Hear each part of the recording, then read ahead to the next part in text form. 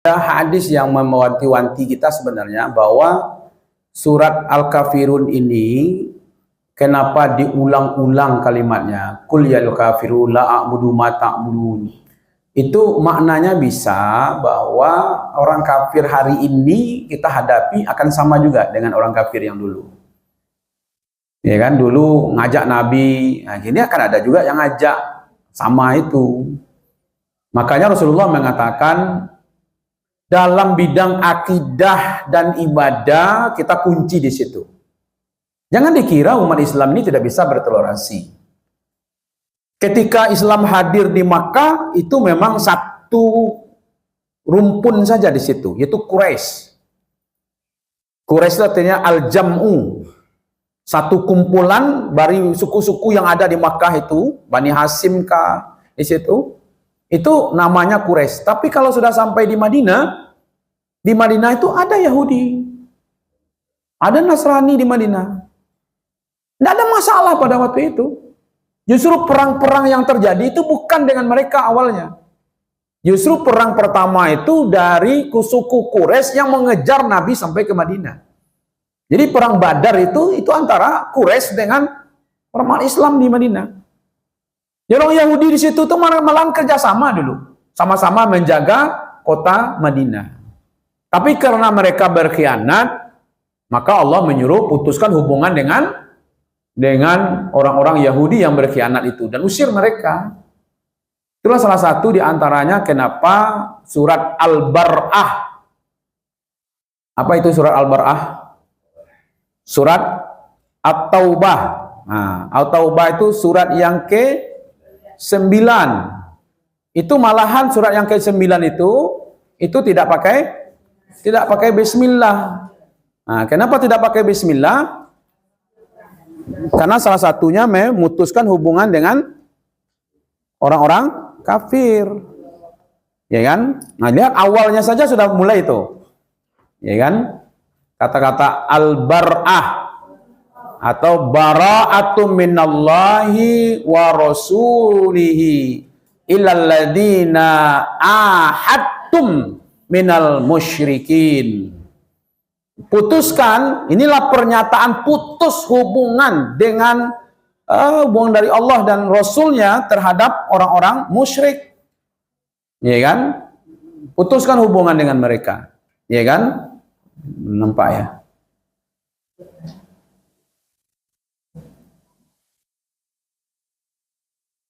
Makanya kalau memutus hubungan jangan baca basmalah. Bismillahirrahmanirrahim. Putih hubungan ayo. Ya kan? Nah, dalam segi akidah, dalam segi ibadah tidak boleh kita ikut-ikut orang-orang kafir. Nah, Rasulullah mengingatkan man tasabbaha biqaumin fahuwa minhu. Itu yang diingatkan oleh Rasulullah. Siapa yang berada bersama mereka, yang mengikuti suatu kaum, maka dia bagian dari kaum tersebut. Jadi walaupun yang sifatnya asal keagamaan dari situ jangan ikut-ikut. Ya kan? Natal lah, apalah namanya, ya kan? Yang ribut-ribut masalah Natal ini orang kafir atau orang Islam? So hebat orang Islam tuh. Ya kan? Sudahlah, ya kan? Mereka itu tidak butuh juga. Ya kan? Nah, ada orang kafir asli semenjak kecil. Sajaknya lahir itu kafir. Bisa ahlul kitab, bisa ateis, bisa komunis, bisa orang musyrik. Ada orang kafir yang mereka itu setelah Islam dia keluar, murtad dia. Dulu lahirnya Islam, lalu dia murtad, masuk dia kelompok kafir.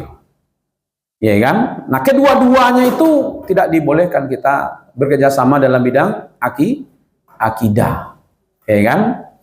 Oke. Tidak boleh menyembah berarti hubungannya ibadah. Tidak boleh meniru cara ibadah mereka. Kalau boleh itu datanglah Nabi. Ayolah kalau itu awak di badan sana aku dia dake hubungan, ayolah besok kami datang lah ke tempat ibadah kalian. Itu yang disebut lakum dinukum waliyadin. Jadi tidak boleh. Ya kan? Tinggalkan sembahan mereka, kita tidak ikut. Ya kan? Apa yang mereka lakukan, kita tidak ikut di situ. Ya kan? Maka itu baik dalam bidang nih, semua ibadah kita hanya tertuju kepada Allah. Menyembahnya, puasanya. Makanya dari awal tadi ada kalimat jangan berpuasa karena diet. Apa rajin ibu puasa gini, ya balon ndak ka puasa, kulah kambang. Ya ndak. Nah, kalau itu niatnya berarti dia hanya dapat dietnya saja. Niatkan saja karena Allah. Ya kan, itulah pemurnian tauhid. Wa ma umiru illa liya'budullah mukhlishina lahu dinahu hunafa. Gitu ya, semuanya itu karena Allah. Jadi jangan meniru, termasuk cara berpakaian. Anda dulu pakaian apa namanya yang di sini? Warna merah putih. Nah, ada santer kelas. Ya, saya dulu di waktu, jujur saja, dulu saya sering diundang pengajian pembinaan di suatu supermarket. Ya, lagi populernya supermarket itu, ramai sekali orang di situ. Kemudian pas di waktu Natal dia buat peraturan, semua kasirnya harus pakai topi itu. Saya videokan, saya bilang kepada kepala bagian pekerja itu apa namanya, SP, ya kan, SPSI ya. Saya bilang ini menyalahi menurut aturan agama Islam. Tolong Anda sampaikan kepada pimpinannya. Kalau seandainya tidak, nanti kami dari MUI turun. Ya kan? Lalu dia melapor. Sempat ribut waktu itu. Nah, semenjak itulah saya tidak lagi diundang di situ. Oh, ini berbahaya Ustadz ini kalau gini kan, enggak. Ya kan? Ya, gitu. Tapi yang rugi tetap juga umat Islam. Ya kan? Nah, kalau seandainya mereka tidak undang ya ustadz lain diundang, bagus lah kan. Tapi itu memang kita harus protes. Karena ini bagian. Caranya, pakaiannya kan dilarang. Ya kan? Tapi hati-hati, yang dimaksud pakaian non-Islam atau orang kafir itu adalah pakaian yang menunjukkan itu khas mereka. Jangan terlalu sempit pula memahami. Oh, kok pakai dasi kok kafir kok, pakai jas kok kafir kok. Kalau pakai celana panjang kafir kok. Anda pakai celana? Tidak begitu ya. Artinya kalau ada laki-laki atau perempuan dia pakai ini, orang tahu ini tidak Islam. Itu maksudnya. Kalau ibu pergi keluar seperti ini orang paham ini pasti Islam nih. Kalau pakai peci ini belum tahu Islam. Ini kan topi peci nasional.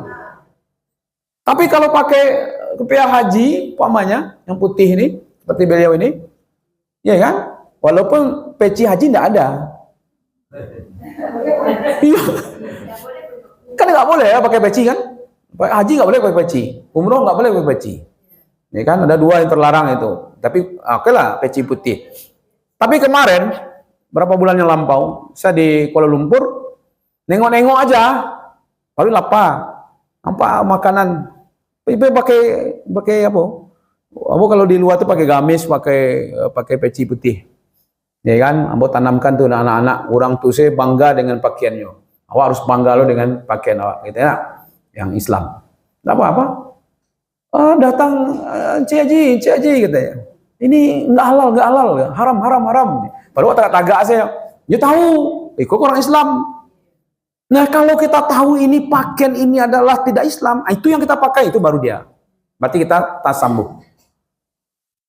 Man tasabbaha biqaumin fahuwa minhu. Siapa yang mengikuti ya budaya satu kaum, berarti dia bagian di situ. Rupanya pakai salib. Salib itu kan udah identik tuh. Atau juga saya kebetulan tahu karena bergaul dengan mereka. Ternyata pakai dasi kupu-kupu, kemudian pakai tali di bawahnya, itu bagi mereka simbol salib. Nasi kupu-kupu ya, bukan dasi panjang. kemudian menyilangkan antara garpu dengan sendok, setelah makan mereka silangkan, itu saya, what is this? Ya, why do you do that? Kenapa melakukan begini? Oh, this is a symbol of creation. Ini simbol salibnya, ya kan? Nah, jadi itu saja yang bagian-bagian kita jangan. Orang Islam kok kan banyak loh yang capek kaget, capek kagum gitu. Nampak itu inginnya seperti itu gitu. Makanya pas dibuka basko langsung, walaupun tidak ada yang melanjut kan. Ya kan. Nah itu ya maksudnya situ ya. Jadi dalam bidang itu ya. Kalau yang lain-lain selama tidak berhubungan dengan apa? Ya. Di luar ya, ada ruangan itu banyak atau di ada misalnya rumah sakit bapak enak ada itu kita di ruangan itu boleh sholat. Baik, kita sebenarnya begini, kecuali ruangan khusus ya, seharusnya kalau mereka paham ya, itu yang ada itu di ruangan kayak ICU. Kalau di kamar kan tidak ada lagi kan? Masih ada juga sekarang. Oke lah. Sebenarnya kita sudah diminta untuk berobatnya itu ke rumah sakit yang ada di situ peraturan keislamannya lah.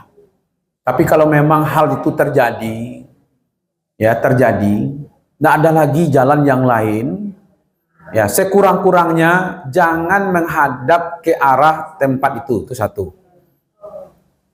Sampai tidurnya itu jangan menghadap ke situ. Itu salah satu yang kita coba untuk memalingkan. Jadi kita berpaling, ya karena kita masuk ke ruangan mereka, ya salah kita juga kan, karena kita masuk ke situ kan. Nah gitu ya. Kalau kita mau berubah ya sudah.